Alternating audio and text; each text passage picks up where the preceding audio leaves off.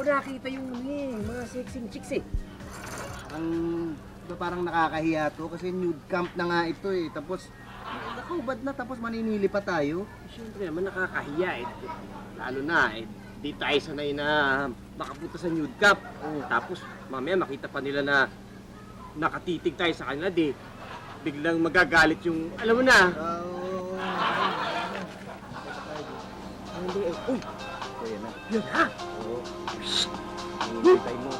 Uy! Yan na sila! Parang nininervyos ako. Ewan ko, hindi ko alam kung ano gagawin ko. Ayan na, anak ko!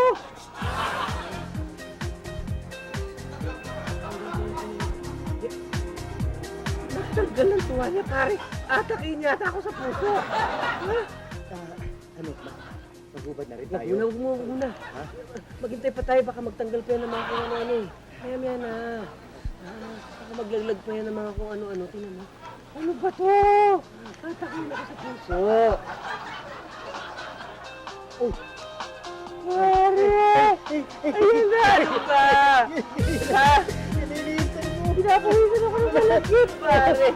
Wala na silang suot. Ito pala talaga sa new gap, pare. Pa-klase sili. Halika na. Magtanggal na tayong kami. Salubungin natin sila, ha? Oo, sige. Sige. Ready ka na? Oo, sige. Halika na. Dali.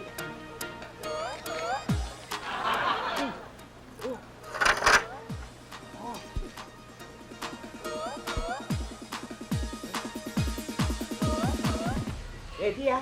Pasok natin doon. 1, 2, 3, hi, ha? Hi, girls, ha? Okay, Ready, sige, ha? sige. Sige. Okay.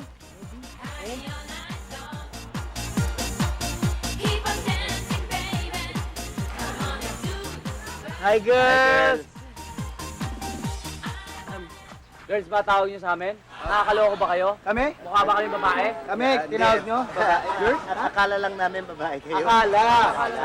Ayan, maraming namamatay sa masamang akala. Alam nyo, ayun, tama yan. Kasi mamatay. Hindi, magandang legs mo kasi kanina. Ano ulit? Pero hindi kami babae. Ayan. Akala ulit. Akala, ayan, akala. Ikay dito. Aba! Huwag takot. Akala! Kami babae.